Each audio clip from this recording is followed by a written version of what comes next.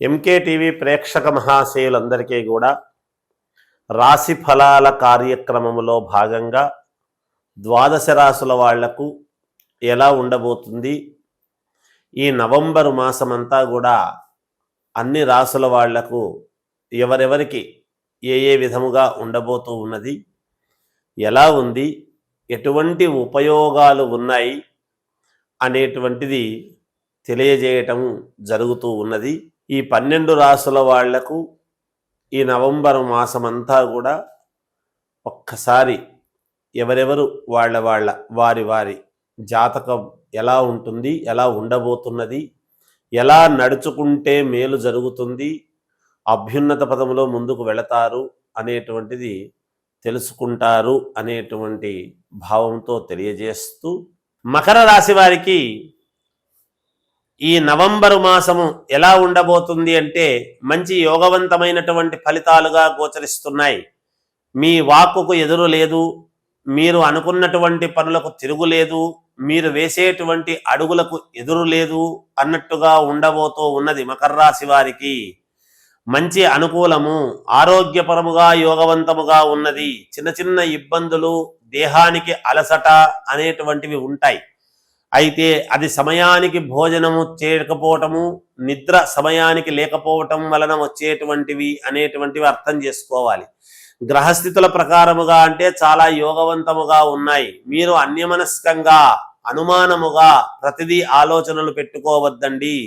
ప్రతిదీ దృఢ సంకల్పముతో ముందుకు వెళ్ళండి, విజయము మీకు లభించి తీరుతుంది. అనుమానముగా చేసుకుంటే అన్ని అనుమానాలే కనపడతాయి. ఎప్పుడైతే పాజిటివ్గా ఆలోచన చేస్తారో ఆ పాజిటివే మీకు వస్తుంది అనేటువంటిది ఇక్కడ యద్భావం తద్భవతి. మీరు ఏదైతే మీరు అనుకుంటారో అదే మీకు జరుగుతుంది. మరి మీరు అనుకునేటువంటి విధానంలో తేడా ఉంటే మనం చెప్పలేము. కొన్ని అనవసరమైనటువంటివి గతంలో వచ్చినటువంటి అపవాదులు కానీ అప్రతిష్టలు కానీ అవన్నీ కూడా పోయి అనుకూలవంతముగా మిమ్మల్ని కీర్తి వరించటము, మీ మాటకు ఎదురు లేకుండా ఉండటము, మీకు దూరమైనటువంటి వాళ్ళు దగ్గర కావటము, అనుకూలవంతముగా ఉండటము, ఆకస్మికముగా ధనలాభము రావటము, పిత్రార్జితము నుండి కానీ లేదా స్థిరాస్తుల నుండి కొంత మీరు లాభము అనేటువంటిది పొందే అవకాశము ఉన్నది. తల్లిదండ్రుల యొక్క అనుగ్రహము మీకు పరిపూర్ణముగా ఉంటుంది. అంతేకాకుండా కుటుంబ సభ్యుల యొక్క అనుకూలత అనేటువంటిది మీకు ఎక్కువగా ఉంటుంది. ప్రతిదీ మీరు కొంచెము నెగటివిటీ అనేటువంటి ఆలోచనలతో కాకుండా పాజిటివ్గా ఎప్పుడైతే చూస్తారో, ప్రతిదీ మీకు అనుకూలముగా మలుచుకొని పర్వాలేదు అని అనుకుంటారో మీకు విజయం అనేటువంటిదే లభించి తీరుతుంది గాక. మీరు ఏ లగ్నములో పుట్టారు అనేటువంటిది చాలా అవసరం. ఆ లగ్నాన్ని బట్టి మిగతా గ్రహస్థితులన్నీ కూడా ఎలా ఉంటాయి అనేటువంటిది చూసుకుంటే మీకే తెలుస్తుంది. ఏదైనా పరిహారాలు ఉంటే చేసుకోండి, తప్పకుండా మీకు విజయం అనేటువంటిది లభించి తీరుతుంది. రాశి ప్రకారముగా అనుకూలముగా ఉన్నప్పుడు లగ్న ప్రకారముగా కూడా అనుకూలాలు చేసుకుంటే అయిపోయింది. దారి కనపడుతూ ఉన్నది, మధ్యలో ఉండేటువంటి ముళ్ళ కంపను పక్కకు తీసుకుంటే అయిపోయింది కదా, అది కదా ఇక్కడ. అందుకని ఏదైనా దోషాలు అనేటువంటివి ఉంటే ఆ దోషాలు ఎప్పుడైతే తీసేసుకుంటామో, ఈ ముళ్ళను పక్కకు పడేసుకుంటామో యోగవంతముగా మన నడక సాగుతుంది.